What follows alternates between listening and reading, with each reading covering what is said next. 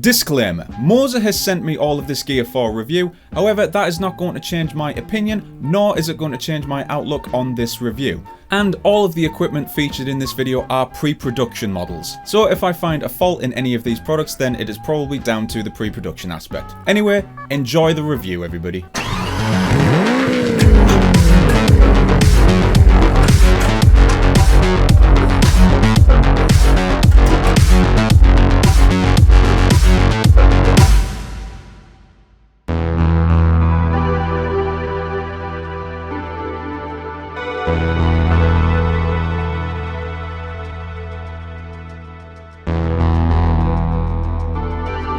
This is by far one of the most exciting products I have ever had the pleasure to get my hands on. It seems Moza aren't just satisfied with making great products now, they are out to conquer and make a huge impression.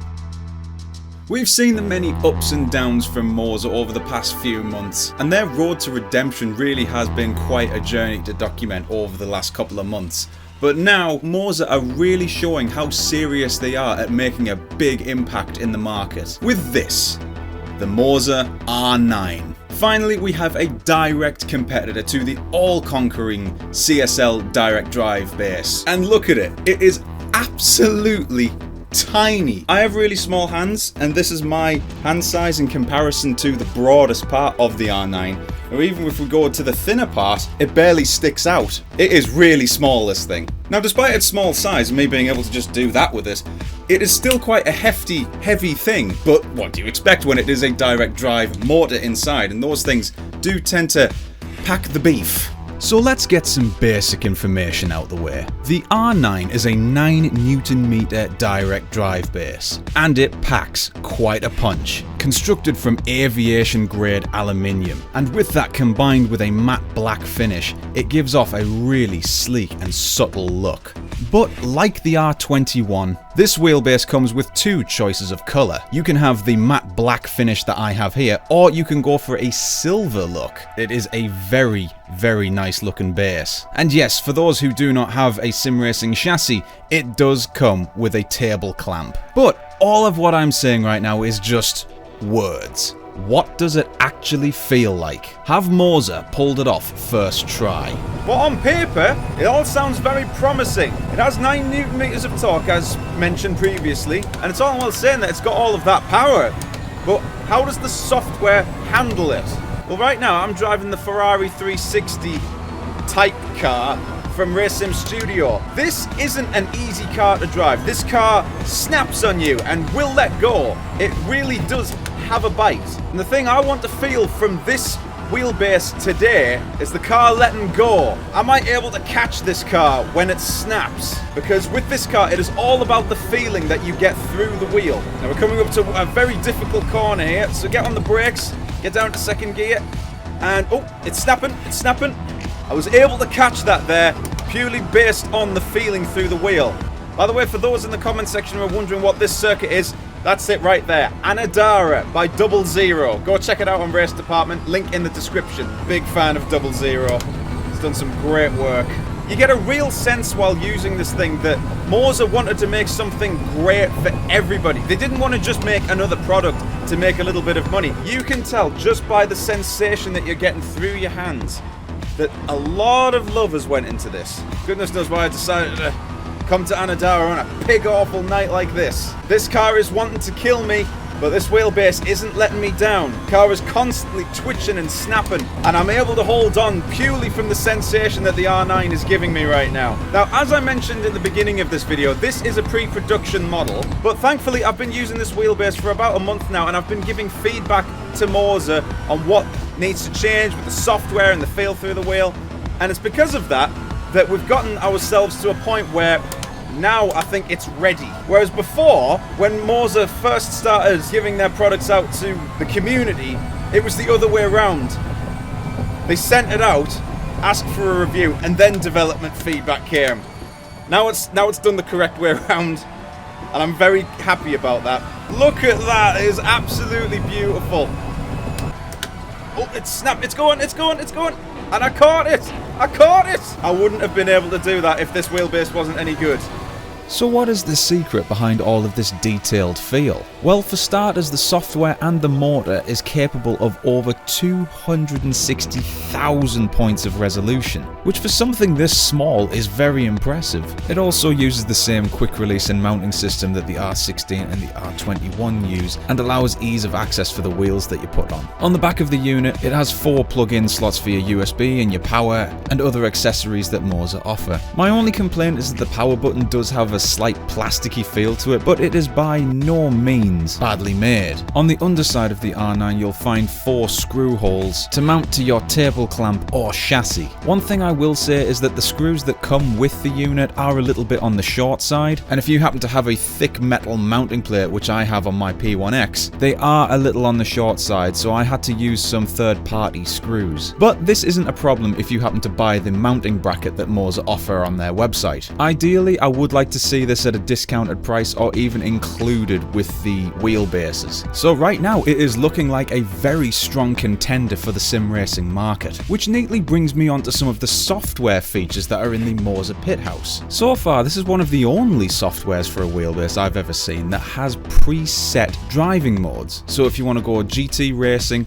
or drifting or even Formula 1, there are presets for all of those. Now, admittedly, this is a bit redundant for someone who has a bit of experience. However, this wheelbase is aimed at the beginners or people who are upgrading to direct drive for the first time. So having this small preset thing is great for newcomers. And this is probably the only sim racing software or company that offers not only a desktop app, but a mobile app as well. So if you really wanted, you could boot up the Moza Pit House mobile app and control your wheelbase settings from there. It's not something I see getting used too often, but it is nice knowing that it is there. It's good to have options. But the most interesting feature that I've found is something called offhand protection. Now, this isn't just for only the R9, this is for everything that Moza make. So the R9, the R16 and the R21. But normally with sim racing tech companies, when it comes to selling a direct drive wheelbase, most companies offer a kill switch button. Now, a lot of direct drive wheelbases have the capability of outputting some incredible force. So much force, in fact, that with one of my other direct drive wheelbases, I dislocated my thumb. And this is where the kill switch button comes in. If you lose control of your wheel and you're not able to get a hold of it because of the dangerous forces, you can simply just hit that button and all of the force feedback is cut off. Now, if we look on the Moza website, it is much the same story here. They offer a kill switch button. But not only that, looking in the software, I found this little toggle, offhand protection. Basically meaning, if you happen to let go of your wheel while you're driving and the wheel starts losing control and you are unable to grip it, the software will detect that and then stabilize the wheel so it is safe to grab a hold of again. This is a feature that I am actually surprised that other companies haven't implemented into their softwares. So right now I'm driving the Audi RS3 from the SimGP touring car pack. So this is front wheel drive, so it's got a lot of torque steer. So right now I have got the hands off protection disengaged. So if I let go, yep, that is quite catastrophic. So let's do the same thing again, but with the hands protection engaged this time. So I think we got up to like 3rd gear, and here we go. You see, that's clever. I like that. Let's try that again. So I'm going to let go, and so it wobbles. Look at that! That's amazing! So the software recognizes that there is nothing holding onto the wheel, and then it just keeps it very stable, protecting your hands. That is very good. Just to make sure that there's no hocus pocus going on, I'm going to disengage it again and see if it actually does that thing again. And go. Yeah, that ain't stopping that. 9 Newton meters is still enough to hurt your fingers, like. Yep, that hands-off protection thing is actually very, very good. Now, it probably is time to address the elephant in the room, and that is, how does this compare to the almighty CSL-DD? Unfortunately, it would be dishonest and unfair of me to give a conclusive answer at this moment because I, unfortunately, have not tested or tried the CSL-DD. However, I do have one coming to test. Once I have the CSL-DD, I will put these two head to head to see how both perform together and see which comes out on top. However, what we can do is look at some numbers. The CSL-DD has a peak output of 5 Newton meters of torque. However, with the boost kit, that is up to 8 Newton meters of torque. The Moza R9 has a peak output of 9 Newton meters of torque. The CSL-DD with the boost kit is €480, but the R9 is €400, around €80 cheaper. However, that is as far as I'm willing to go comparison-wise, just for the sake of being fair, so let's wait until the CSL-DD arrives. However, it should be said, I believe I am receiving the DD Pro wheel, so that is more expensive yet again. However, the internals are much the same. So right now, it looks like the R9 has completely won me over, and it has. Since I've had this for over a month now, I've personally witnessed the development of this wheelbase. And when I first received the wheel, I thought it was a good wheelbase then, but now through many updates, it's gotten even better. The force it gives out is extremely smooth and gives plenty of detail so that you are able to finesse a car through a corner. It comes as no surprise then that I would recommend this wheelbase wholeheartedly. That brings up the tally to a very impressive 4 out of 5 Moza products I would recommend. And that might change just yet. However, there is something I need to address, and it has been annoying me for quite a while now. You see, Moza has a little bit of a problem that has absolutely nothing to do with them or even their competitors, and that is the sim racing community itself. Now, as I've said multiple times before, Moza did not start off great and they didn't have the best strategy for when they were releasing their first iterations. But that being said, there is still a rather large problem with the sim racing community. Allow me to explain. Due to some brands doing exceptionally well and bringing some people the most beautiful and well-crafted sim racing products on the market, it has unfortunately spawned a cult-like behavior among some sim racing community goers. Now, I want to be absolutely clear, what I'm about to say is not a knock on the companies that I'm about to mention. You see, companies like SimuCube and Fanatec are the absolute pioneers of the sim racing community when it comes to equipment. And for very good reason. They have brought us some of the best products on the market today. And it should be mentioned that I myself am affiliated with Fanatec, and to me, Fanatec feels like my second family. I adore them and I adore all of their products. And since I'm affiliated with them, it would actually be more beneficial for me if I was to completely take a dump on Moza. However, my goal with these reviews is not to try and profit or anything like that. It is to tell the truth and give you guys what I personally feel about these products. And so far, Moza has been one of the most impressive newcomers to the sim racing community I've seen in a while. But due to the cult-like behavior of some people in the sim racing community, and I must stress some people, not all, that are so devoted to their favorite brand that they will attack other people. Believe it or not, there are actually some people in the sim racing community that will go out of their way to berate or poo-poo people that like anything other than SimuCube or Fanatec. It's true. There are actual, real people that will go out of their way to try and invalidate your opinion if you say something good about a product that isn't part of the brand that they follow. Worse still, there are people out there that will actually say a product is garbage purely based on the fact that it comes from China, which, not a good look to give yourself, really. Some people really get that upset about you saying something positive about a product that they've never tried. I've been posting comments on sim racing YouTube videos for many years now. I just could not accept that anybody would love anything else other than Fanatec. And when I saw that Coyote Racing had done that review, I felt very vulnerable and worried for the sim racing community.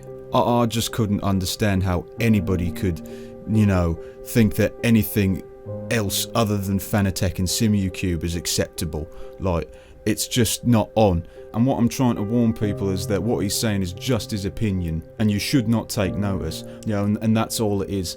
My opinion, on the other hand, is fact. Even though I've never tried the wheelbase myself. I mean, I've never tried anything by Moza myself, but I just know I'm right. Since Coyote Racing released that, I've went through a deep stage of anxiety. I've had to go and get therapy. My life will never be the same ever again. But I'm always going to be commenting on YouTube videos. After I saw the video... I'm sorry, can you just give me a minute, please?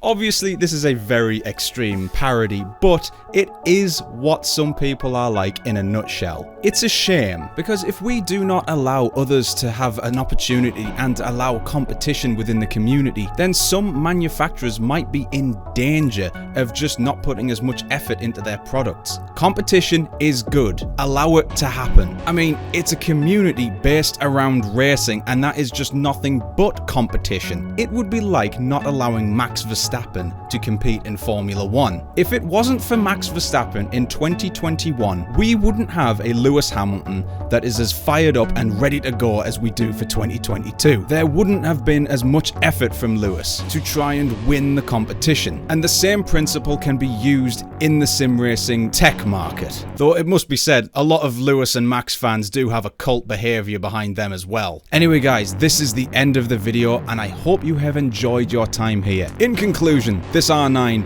is something special, in my opinion. And while I can't make any comparisons just yet, the feeling alone I've got from this is amazing. We are going to be coming back to this wheelbase for more videos in the future, as well as reviewing the competition. In the next review, we are going to be reviewing the Moza GS steering wheel, their latest Formula style steering wheel. And trust me, you are not going to want to miss that, because, spoiler alert, that wheel is very special. If you have enjoyed this video, feel free to leave a like, and if you're new to this channel, hit that subscribe button with the notification bell. And while you're here, why not check out the lovely sponsors over there on the left hand side of the screen. These guys provide for me all of the lovely sim racing gear that I use and the sim racing merch that you guys can buy. And just to reiterate that we are as fair as we possibly can here, both links to Fanatec and Moza are in the description. And just before we go, a little reminder that we also have a Patreon. So if you guys want to help me out that little bit extra, it would be greatly appreciated. Any donation made goes towards improving these videos,